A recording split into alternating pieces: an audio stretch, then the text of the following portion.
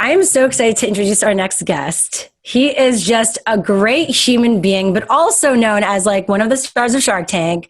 Oh, for sure. A very known entrepreneur, investor. I feel like he's everyone's like hero. Everyone's like a fan of this. Well, also, I did tease and say I was going to see if I can get $1 out of him because I know you only got a nickel.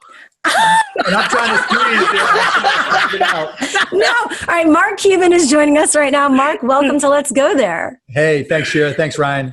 So just to give you context, I was saying how every time I'm in a bad place and like, I'm like, okay, maybe Mark will invest in my idea. And I always go to you and he always gives me the great tough love, which I always appreciate.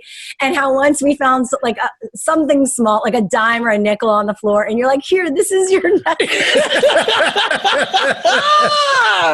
I love that. I'm like, well, guess what? I'm going to be tasked with getting $1 out of him. You know what? But Shira, whenever you need me someplace to help, I'm always there. Right? I know. I'm totally messing with you, but I should have kept that because I was going to frame it saying Mark Cuban gave me this, invested in me or something like that. Anyway, you're better off just spending it. Yeah, exactly.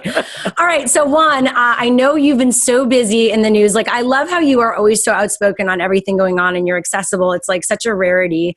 And many people see you on screen and like your personality, but I would say like you are that person in real life. Like it's not like, oh yeah, he just plays that or he just wants to talk and help and share his views. Like you are that person all around. Yeah, I mean, I just am who I am, right? It's just whatever. And if you don't like it, that's your problem. That's my motto, right? I think you can't get to a place where you are worrying about other people, right? That's exactly right. I mean, look, I try to be compassionate. I try to be nice. I try to help. But, when I'm on a mission, it's either get out of the way or get on the train, and that's just the way I've always been. And to me, that just means being honest and being authentic. Yeah. Shira knows I just hate fake people. If you try to play a game, if you try to game me, then we're just not going to get along. Where are you from, by the way? Can I ask? Pittsburgh. Oh, okay. So you're an East Coaster. I'm from Nashville. So I have that vibe. I get that.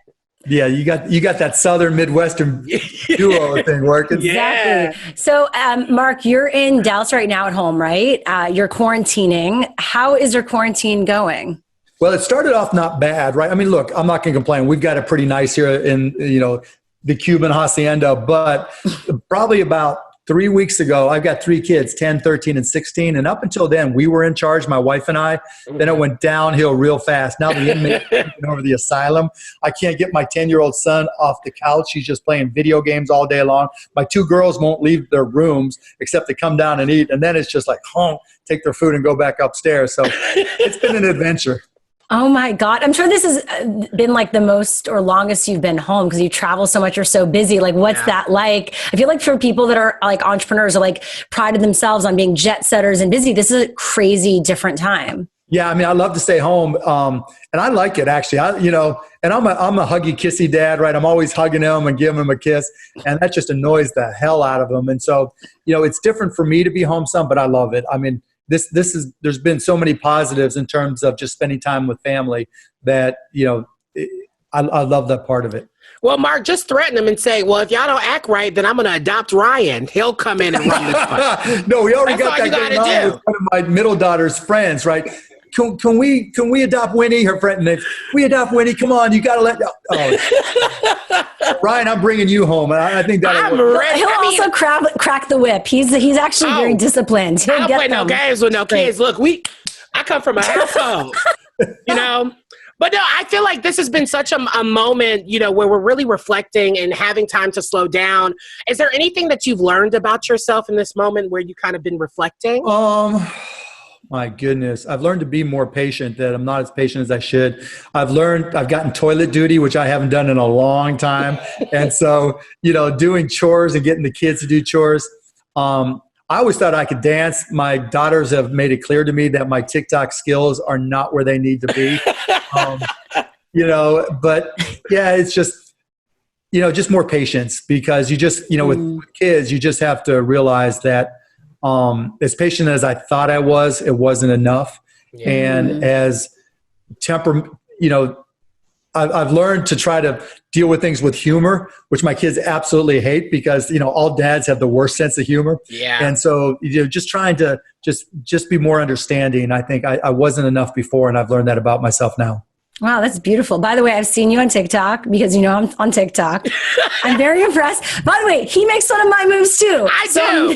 Because I know, look, I know TikTok is not my place to be, and I'm not even going to try. I can't do No, it is. What do you mean? Anyway. I can't do the dance. Oh, come on. Here you go, Ryan. Renegade. Oh my God. We should have done a virtual TikTok. Anyway, I think that's so amazing and important. Do you think you're going to obviously bring those lessons into your entrepreneurship and your work too? Because, it's all connected in many ways. Absolutely. At the beginning, I think I didn't have as much patience, and I've learned to have more, particularly now with kids. And really just the way the world has changed, particularly now with everything so upside down, you just got to learn to be nice. Everybody wants people to be nice, and you can't be successful in business anymore unless you put your employees, your vendors, everybody, ahead of even profits. Because if you don't take care of people now when they're at their worst and struggling the most, when would you ever do anything nice for anybody? And I think your customers, your potential customers, the people around your businesses, they all recognize that. And if you aren't compassionate, if you aren't nice, then your brand's just going to get toasted, and people are not going to want to do business with you ever again. Yeah, and I think people are realizing, we're obviously, social media is a huge part in the conversation. And a lot of times people will be able to see through the mess, right? People will be like, all right, I see what you're doing. And there's already this conversation and narrative around people with money, either landlords, billionaires, corporations. What do you have to say to that when you could, these people are trying to act like when everybody's struggling, right? Yeah. I just try to do the best I can. I keep on paying our employees, even with the businesses that are closed. We take money in my foundation and the Mavs Foundation, and we're helping people as much as we can. I'm pushing for jobs programs. I'm part of the Economic Reopening Council at the White House. So I'm pushing for jobs programs so that we can hire millions of people who are out of work and bring them back to work. Historically, when we've had financial problems or economic problems like this, right, they've tried to do the whole trickle-down economics thing, and that doesn't work. So I'm the one guy that's pushing that we need to do trickle-up economics. We need to get money and jobs, in particular, in the hands of people who don't have them now, because if they don't have money to pay their own bills and to pay their overhead and to buy things, there's no businesses that are going to stay alive, because we've never seen anything like this, where within 6 weeks, 7 weeks, we've lost 30 million jobs. Yeah. So the old tired ways don't work. So we have to change the game. And that's what I'm trying to do. So you're on this committee. Are they listening to you? Who else are you talking to all the time? Are there daily calls? Like, how does this work? So there's a big committee. There's a bunch of big committees, and we only had one call. But to their credit, and I'm not a Donald Trump fan, but to his credit, I'll give credit where credit's due. They assigned me a liaison, and that person talks to me almost every day via email or phone call. And every idea that I've had, they've at least listened. And he said he's put it in front of the right person. And I know he has. They haven't implemented anything, and I understand. Some of my ideas are not the way they typically think, but at least they're reacting and they're listening, and so I give them credit for that. Well, yeah, I was going to say, how are people supposed to deal with the reopening of the country or the Trump administration right now? Yeah, it's tough because they're trying to play politics, and not just Trump, but also, governors across the country. When you use the word open, that suggests you want to open everything up. And so that's become, a very hard word, right? It's very dramatic, and so what I've said to them is, let's look at what's worked. So in most cities, you can get pickup and delivery, right, from your local restaurant, grocery stores, even Amazon. Obviously, you're ordering online and they're delivering. So rather than talking about opening up retail or customer-facing stores, let's talk about extending what works. And so what I've recommended with a lot of passion, I should say, yes, right, is that we extend that pickup and delivery to any business that wants to do it. Right. So I don't care if you're a hardware store, you're a clothing store, whatever it is, you sell water, you sell microphones, why not just try to extend your business to pickup and delivery? And that accomplishes a couple things. It lets companies get back started again. Let some people get into the office and package and deliver things, and lets them create some revenue without it costing too much money. Because when you open up the retail store to customers, even like in Texas, they limited it to 25% of your capacity. But even doing that requires more employees, requires, making sure you clean everything, requires, you making decisions like, okay, if you're a clothing store and somebody tries on a shirt, decides it doesn't fit and puts it back, what do you do with it? Right? Yeah. And so there's all these little things we have to deal with that if you open up the retail side, create problems. But if you just, sell pickup and delivery, and if you sell T-shirts, do a FaceTime with a customer or just do traditional online. Yeah, it's all about innovation, right? But I don't think, even if that was to happen and people were to figure that out, stores, it still feels like it wouldn't stop the protesters. It feels like there will still be protesters or small businesses that want to reopen without permission. What do you have to say to them? They're going to learn the hard way, right? I mean, look, on the one side, there's the unknown of the virus, right? We have no idea what it's going to do next. I mean, we all hope and pray that we get a therapy and a vaccine so that we can feel safer. But if you open up, put aside whether or not people get sick. That'd be horrific. That ruins, if you're at a restaurant. Remember what happened to Chipotle with yes, just you don't want to go to Chipotle, and that was E. coli, which we know we can fix, right? What if your store is a place where someone catches the virus, you're done, right? So that's part one. Part two, just the economics of running a small store, right? It's going to cost you too much money just to open that thing up. You're probably going to lose more money from being open than you would if being closed. Part three is what's going on with your employees, right? They have to feel safe in order to want to go back to work. And are you doing the things, or do you even know what things you have to do in order to make it safe for your employees? And part of that, part three, is, okay, do your employees even want you to open up? Because if you open up, they can't get unemployment like they were getting, and they're probably going to make less going back to work than what they're doing getting the $600 plus from unemployment if they've been able to get that. And part four, if you're in a city like New York, where you have to take the subway or public transportation, or Dallas for that matter, and the only way you can get to work is through public transportation, now you're putting your employees at more risk, because now those buses and those trains are getting incredibly crowded, and you're increasing the risk of everybody getting sick. And so, because they're just going to bring that home and they're going to bring it to your work. So there's so many things that I'm trying to tell the White House and my liaison that we haven't thought through yet. And I'm trying to help them get through all things. And it's fear, though. Everyone is moving in fear because people's family, which I understand. I feel like I understand. And we just, talked about a story on CNN, a barbershop owner. He wanted to reopen because he's like, I have to take care of my family. It's not enough. There is a lot of people that are not privileged enough to say, guess what? I'm just going to sit back and kind of relax a little bit and wait till this kind of goes around. But that's more a reflection of another problem, right? Because if you're a sole proprietorship like a barbershop, or you're a 1099 employee, you can apply for PPP and get some money, but they're just not giving any. You probably don't have a banker, so you don't have that connection. And so without that connection, chances are you're not going to get PPP money, and you're not an employee, so you can't get unemployment insurance. So you're caught in never land. And when you're caught in that position and you don't have any money coming in, you're going to take chances. That's why people rob homes, right? It's not because they like to rob things. It's because they do things. Survival. Right? Yeah. It's the Robin Hood thing. Yeah. So what are people supposed to be? What's your advice for small businesses who are kind of stuck in that in between and don't know what to do? You need to be agile. You need to go out to your customers and talk to them, and find out ways that you can create revenue for yourself. Like talking to the lady who used to cut my hair, sell me gift certificates, right? Let me pre-buy a bunch of cuts so that you can have some revenue coming in. Same with other services that I use. I have people cutting the yard just to create work for them, right? Yeah. And so just talking to your customers, because remember, they're in the same boat. It's not like you're bad off and they're living life and loving life and there's no problems, right? This is an equal opportunity virus. Yeah. And so by communicating with your customers, your vendors, and just being honest and open and transparent with them, you might be able to come up with some ideas on better ways to do things. I've talked to a couple restaurants, some in Chicago that are higher end restaurants that are making more money now because they went throughout the community and talked to people locally, said, order from us. We're just going to do pickup and delivery till 8 p.m.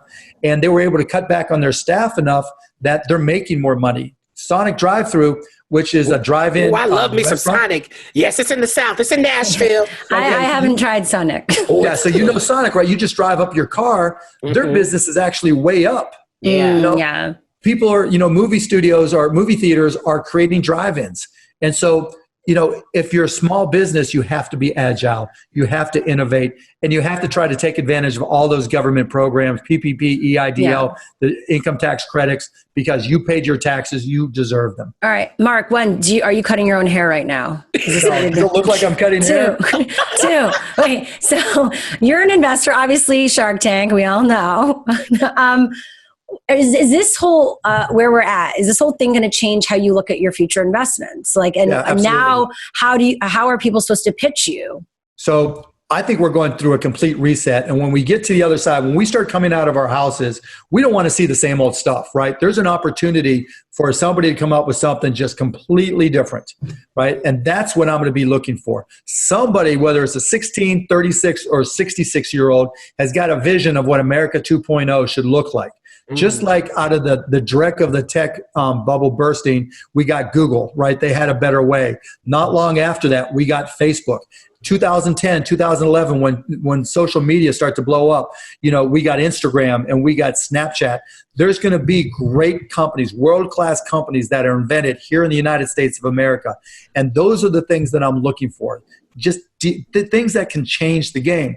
That's one. And two, side hustles are going to kill it, right? So if you're in your community, you're going to be where people trust you. And if you can sell things or offer services that you can do more economically than someone can do for themselves, and you find the people that have jobs and need things done, those side hustles are going to take off because people are going to want to help you and they're going to need the help. And so being in your community and whatever it may be that you have the ability to do, selling your time, I think that's really going to blast off as well. Well, let's talk about the other side of that, right? Because I do think we've been seeing a lot of those memes where people are saying, come out of this more productive, more, busier than you'll ever be. And that puts a lot of pressure on people and that can really stump some creativity. What are you saying to people that are just stuck right now? Because I know a lot of people are trying to figure out, they have so much time on their hands. Yep. What can I do? Yeah, it's more stress because you're trying to figure out what. Well, burnout. So that's like where burnout is real. Yeah, and so music tends to inspire me. Find a book. It doesn't have to be the best book, just a book or just video. What type of music? I like hip hop, man. I like. Okay, hip-hop. See, I was trying to see if Mark was down or not. I'm like, could he really adopt a black son? But I like old school more, but old school hip hop more. But what are you reading? I'm reading a book called Healthy Buildings and another one called Rebooting AI. You know me, Shira, I'm a tech geek, and so I try to stay ahead. I don't even know how he does everything and answers his emails. I love that. Besides the point. I did want to ask you, because you're vegetarian, do you think that, what's the future of food supply and building gardens? Are you going to invest in the future of building gardens and all that? I think did you ever see the movie Soylent Green? I think we're going to get a bunch more like that where it's old school. But I invested in this company called Meepo, MEEPO. Yeah. And what they do is they took all the nutrition of a 340 calorie salmon and sweet potato meal and broccoli and put it in a little cube that we're going to be able to make for about $2 to $2.50. That actually we're working on the taste and it's getting really good now. And we're getting ready to have them made so that we're trying to change what food is. And so you see all these people in line for food banks. We want to be able to make millions of these because each one is a real meal, or two of them is a big meal and it really fills you up. And it's a little bit sweet, so it tastes good. But you get all the nutrients you need, for your kids or for yourself. And they're so inexpensive to make that we want to start to make them and give them away to food banks, but also sell to busy people, to sell to athletes. And the point being that the nature of food, and they'll be vegetarian / vegan, the nature of food can change.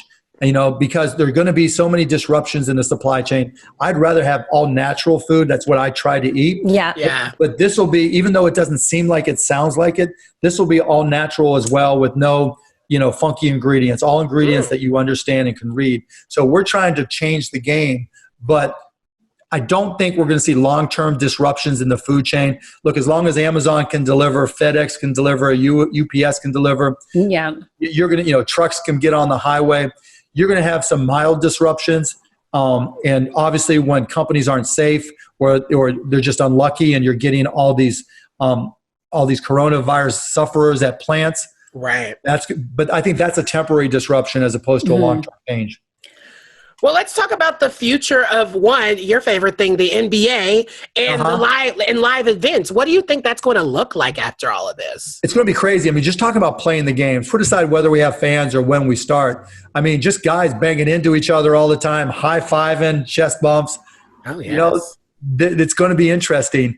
Just shaking hands. Will we ever shake hands again? And so, I think when the NBA first gets started, we'll quarantine everybody together and test them all to make sure they're safe, so they won't have to worry about how they actually do things. But if you're just playing pickup at the gym, it's going to, there's going to be a whole lot of defense, right? Then a whole lot more long shots. But yeah, so it's going to change, and it's going to be really interesting. But if you go back in time, like when Magic Johnson had AIDS or announced he had HIV, there were a lot of guys who wouldn't play, and he retired. And actually, when he came back, there were a lot of guys who were afraid to play with him. But they eventually learned what to be afraid of and what not to be afraid of, right? And they learned that it was stupid to think, that it could be, transmitted on a basketball court or just any type of contact like that.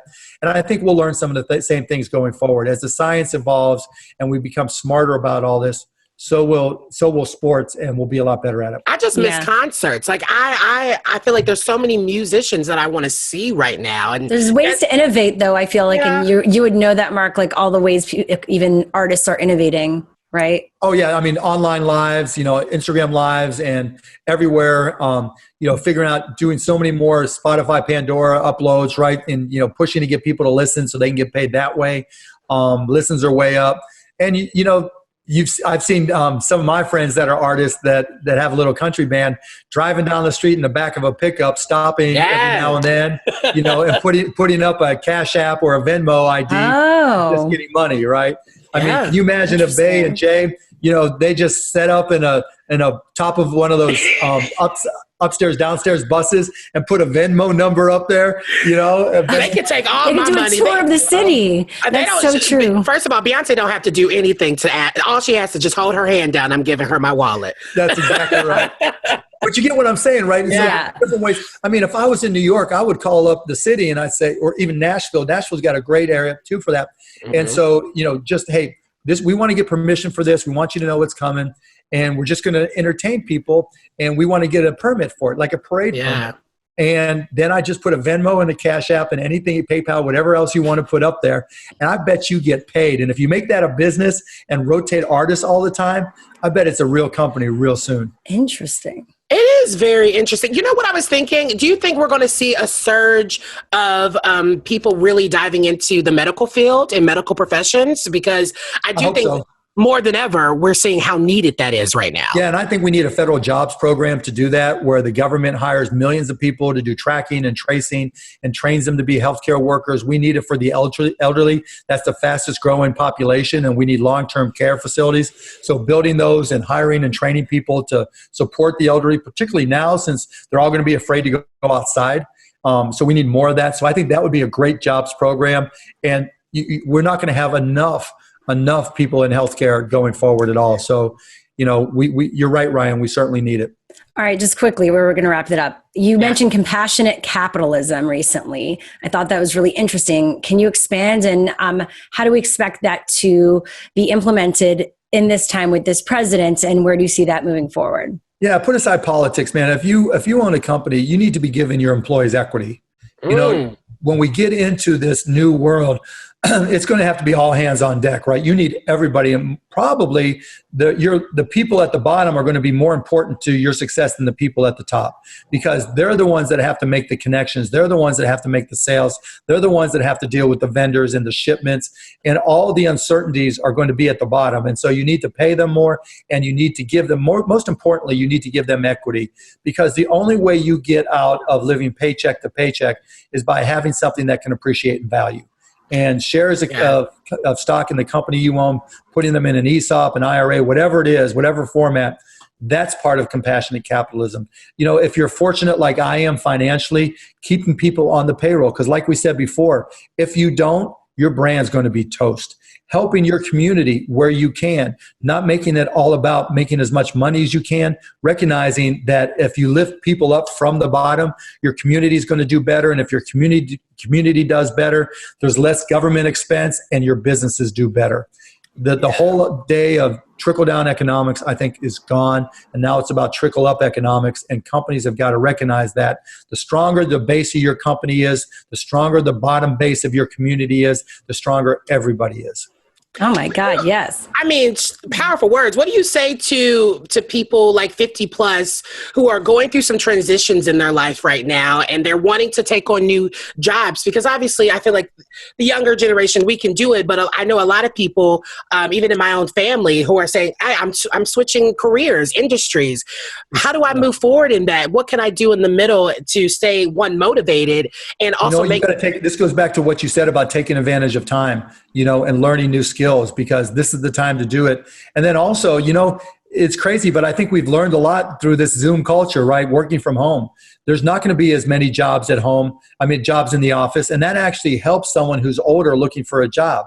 Yeah. Because, there's so much about, okay, I'm older, I'm not going to fit in at work, I'm not going to be one of the cool kids, I'm twice their age. Yeah. Working from home solves a lot of that, particularly if you get some good filters. They'll never know. But learning different skill sets. Even makeup filter. You won't even have to put on clothes or makeup. You just right? That's another job right there. That's another business right there. Zoom and Skype filters. I thought of that, Mark, but then Snapchat has a plugin. I thought of that. Oh, they do have a plugin? We should just bring all our friends together for a brainstorm of all the crazy ideas. I got a good one. Okay, and then last question. Yes. For real, last question. A lot of billionaires and millionaires have said they are going to give their money to charity once they're gone. Now, some Marie Osmond says she doesn't want her kids to have nothing. I know we talked a little bit about your kids earlier. I would love to know, do you have plans for that? Are you going to give your kids some? Because you seem like someone that doesn't want to spoil your kids. I told them they have to work for anything they get, right? You ain't going to give them nothing? I told them I'd give them a little bit, but they're pretty much going to have to earn it. Right, their inheritance doesn't come easy. Wow. And there's probably a 99% chance I have nothing left, because I'm going to throw the biggest damn party ever when I know that my time is coming. And you know what? Why not? Or also, are you going to be running for president? You might need money for your campaign. I'd rather throw it on the party. But Mark, I think I'm sold now. At first when Shira told me there was all these rumors about you possibly running for president, I was like, I don't know, I'm not sure. But now I feel like I'm sold. I'm like, great. I feel like he could be like the what? It's going to be the next president. It's going to be Gavin and Andrew versus you, the three of you. Wow, I see it. We'll see what happens. But as long as you're going to be in my cabinet, Ryan, I'm in. You know what? I have been ready to make the right move. I really have been, but I just really want to be invited to that, the end of your life party. There you go. This is getting weird. All right, about 50 years and you're in. Mark, you're fabulous, and thanks so much for your time. We so appreciate it. Thanks, Shira. Thanks, Ryan. Appreciate it, guys. We'll talk soon. I know you have to go. Bye. You were so great. Thank you. Thanks for watching. If you liked the video, make sure to like and subscribe and hit that bell for all notifications from radio.com. While you're at it, why don't you check out some of our other great videos.